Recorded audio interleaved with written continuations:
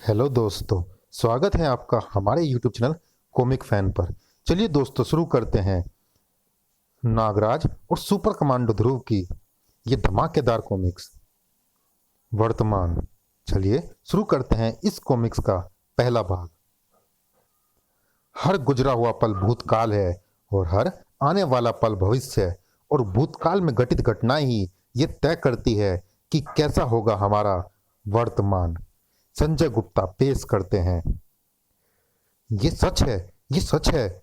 मैं तो एक अफवाह को बेनकाब करने के लिए इस न्यूज स्टोरी को बना रहा था, पर यह सच है। राजनगर के इन घने और अछूते जंगलों में एक भेड़िया मानव मौजूद है। पर यह डरकर क्यों भाग रहा है? शायद इसने इंसान कभी देखा नहीं है।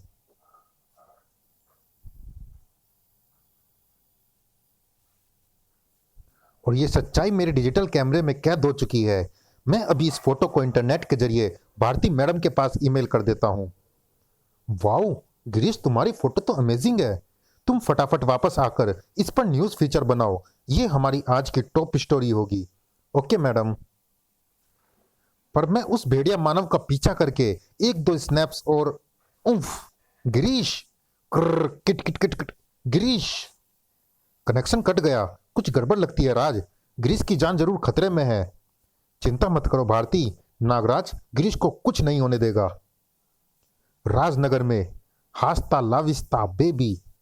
हे भगवान, तुम फिर वही हास्ता लाविस्ता वाली सीढ़ी लगाकर बैठ गई। ये फिल्म है और इसका नाम टर्मिनेटर 2 है, द जजमेंट डे।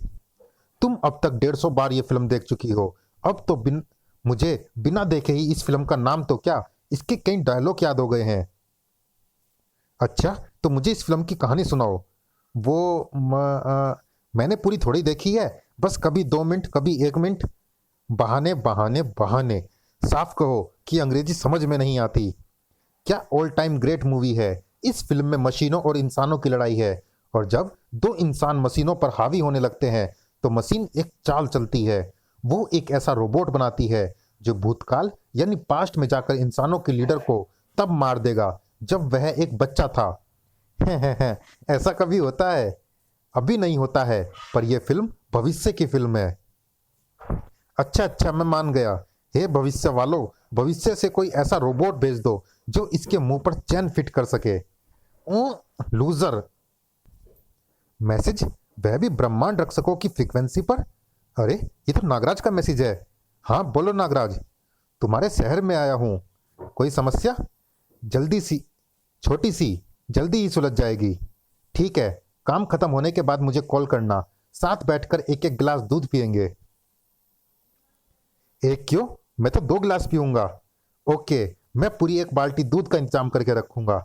मिलते हैं। ओवर। ओवर ध्रुव। गिरीश के मोबाइल में लगा हुआ ग्लोबल पोजिशनिंग सिस्टम यह बता रहा था कि गिरीश जंगल के इसी क्षेत्र में था। जाओ मेरे जासूस सरपो, यहाँ पर आसपास अगर गिरीश का कोई भी सुराग है तो उसे ढूंढ निकालो, और शीघ्र ही। टूटा फूटा मोबाइल? ये जरूर गिरीश का ही होगा, यानी मैं सही जगह पर आया हूँ। गिरीश भी कहीं आसपास ही होगा। कहीं ऐसा तो नहीं कि गिरीश उस भेड़िया मानव का शिकार बन गया हो। ओ नो, ऐसा नहीं होना चाहिए। गिरीश, ये धुआं कहां से आ रहा है? अरे यह क्या है? ऐसा लगता है जैसे कि इस जगह पर तांत्रिक क्रियाएं की गई हैं। मामला उलझता सा लग रहा है। पहले भेड़िया मानव का मिलना, फिर गिरीश का गायब होना, और अब यह तांत्रिक अनुष्ठान।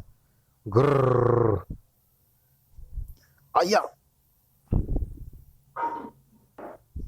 समझ गया कि ये भेड़िया मानव किसी किस्म का तांत्रिक है और इसी ने गिरीश के साथ कुछ गड़बड़ की है। इसीलिए गिरीश का पता लगाने के लिए मुझे इसको जिंदा पकड़ना होगा। ये सर बंधनों से छूट नहीं पाएगा। ओह, ये लड़खड़ा रहा है, लेकिन फिर भी मुझसे लड़ना चाहता है। ये मसाले मेरे लिए खतरनाक हो सकती है। मुझे सावधान रहना होगा। आग से गर्म होकर ऊपर उठती हवा का पर्दा मेरी फुंकार को इस तक पहुंचने नहीं दे रहा। तरीका बदलना पड़ेगा। शिकार को पकड़ने के लिए फंदा लगाना होगा। बताओ, कहाँ है वह मानव? तुम्हारा शिकार बन गया या फिर जिंदा है? जवाब दो। ये बोलता क्यों नहीं है? इसकी गर्दन के पीछे कुछ है। अरे, इसकी गर्दन में तो एक खंजर धंसा हुआ है। ऐसा खंजर जो देखने से ही तांत्रिक लग रहा है, यानी यह भी एक शिकार ही था। असली शिकारी कोई और है, और शायद अभी अभी मुझे उसका पता चल गया है। यह वृक्ष जरूर किसी तांत्रिक के इशारे पर मुझ पर हमला कर रहा है, लेकिन वह शख्स मुझे कहीं नजर क्यों नहीं आ रहा। ये शाखाएं तो मेरी हड्डियों का चूरा बनाने पर उतारू हैं, और मैं इनसे जीत नहीं सकता। यह डाल, इस पर तो एक अंगूठी फंसी हुई है। फंसी नहीं, बल्कि कसी हुई है, और इस पर जी बना हुआ है। जी यानी ग्रीस। और इंसान के शरीर पर मिलने वाली ऐसी ही निशानियां दूसरे पेड़ की डालों पर भी हैं। यह अंगूठी ग्रीस की है, यानी यह खतरनाक वृक्ष यहां पर आने वाले इंसानों को निगल जाते हैं। यानी यही है असली शिकारी। आह, गिरीश ही किसी तरह से वृक्ष में बदल गया है, और अगर ऐसा है तो ये दूसरे वृक्ष भी कभी ना कभी इंसान रहे होंगे। ये क्या, मेरी आंखें जो देख रही है उस पर मुझे यकीन नहीं हो रहा, लेकिन मैं गिरीश की शक्ल पहचानता हूं, और इसलिए मुझे यह समझने में कोई भ्रम नहीं हो रहा कि, और यह समझने के बाद मेरे लिए इन पर वार करना और भी मुश्किल हो गया है। नागराज अगर चाहता तो भी उसके लिए घातक सर्प वार करना उतना आसान नहीं होता, क्योंकि ना तो उसके सर्पों में वृक्षों को बांध सकने की ताकत थी, ना ही उसकी विषफुंकार पेड़ों की तेज हवा के सामने टिक सकती थी, और ना ही उसके सर्पों में विशाल वृक्षों को बांध सकने की क्षमता थी। नागराज के लिए बचने के रास्ते तेजी से एक एक करके बंद होते जा रहे थे, लेकिन तभी कड़ाक, बचने का एक रास्ता खुल गया। सुपर कमांडो ध्रुव, तुम यहाँ पर कैसे आ पहुंचे? सुपर कमांडो ध्रुव, तुम यहाँ पर कैसे आ पहुंचे? तुम्हारा इंतजार करते करते जब दूध भी ठंडा हो गया, तब मैंने सोचा कि मैं ही तुम्हें ढूंढने चलूं। ये लड़का मेरे काम में टांग नहीं अड़ा पाएगा। मुझे सदियों के बाद ऐसा बेमिसाल मौका मिला है। परम शक्ति की प्राप्ति के लिए मुझको नागराज की बलि देनी ही होगी। उस रहस्यमयी आकृति के इशारे पर नागराज पर होता हमला और तेज हो गया। उफ, पेड़ों के हिलने की गति अचानक तेज हो गई है। नीचे गिरते बेशुमार पत्ते मुझे कुछ देखने नहीं दे रहे हैं। मैं भी कुछ देख नहीं पा रहा। आह, मर नागराज मर। उस आकृति को नागराज की शक्तियों का आभास नहीं था। अरे, इसका तो कुछ नहीं बिगड़ा, ये गायब होकर बच गया है। इसमें कुछ अद्भुत शक्तियां जरूर है, लेकिन बकरे की मां कब तक खैर मनाएगी? ये पेड़ अपने आप हम पर कैसे वार कर पा रहा है नागराज? क्योंकि ये वृक्ष वास्तव में ऐसे इंसान हैं जो किसी कारण से वृक्षों में बदल गए हैं, इसीलिए मैं इन पर कोई घातक वार नहीं कर पा रहा हूं। लेकिन इनको काबू में करने के लिए घातक वार की जरूरत ही नहीं है। ये काम तो मामूली विस्फुंकार से भी कर सकता है। मेरी विस्फुंकार इनकी तेज हवा के सामने टिक नहीं पा रही है। इनको बेहोश करने के लिए विष का इनके अंदर पहुंचना जरूरी है, लेकिन मेरा विष इनकी छालों के पार नहीं जा पा रहा है। मेरे पास एक रास्ता है, सुनो।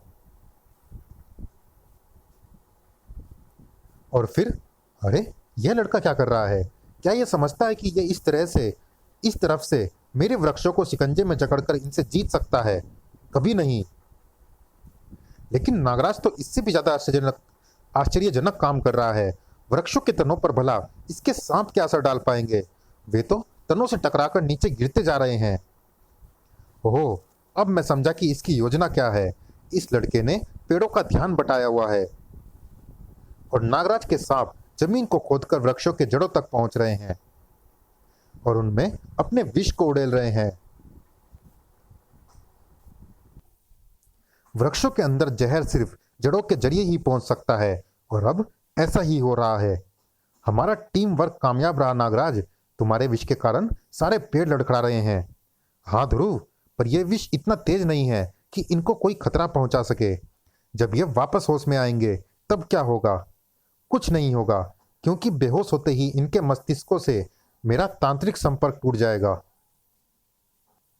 और ऐसा होते ही ये सभी मेरे संयुक्त तंत्र से आजाद हो जाएंगे।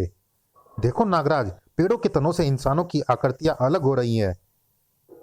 इन पर छाया हुआ तंत्र जाल टूट रहा है, लेकिन अब तक हमको ये पता नहीं चल पाया कि ये सारा जाल किसका बिछाया हुआ है।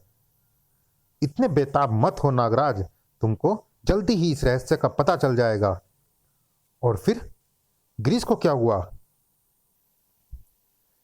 जब तुम्हारी गर्दन बलि वेदी पर होगी और मेरे हाथ में बलि कुठार होगा। और फिर गिरीश को क्या हुआ? ये भेड़िया मानव की और तस्वीरें खींच पाया या नहीं?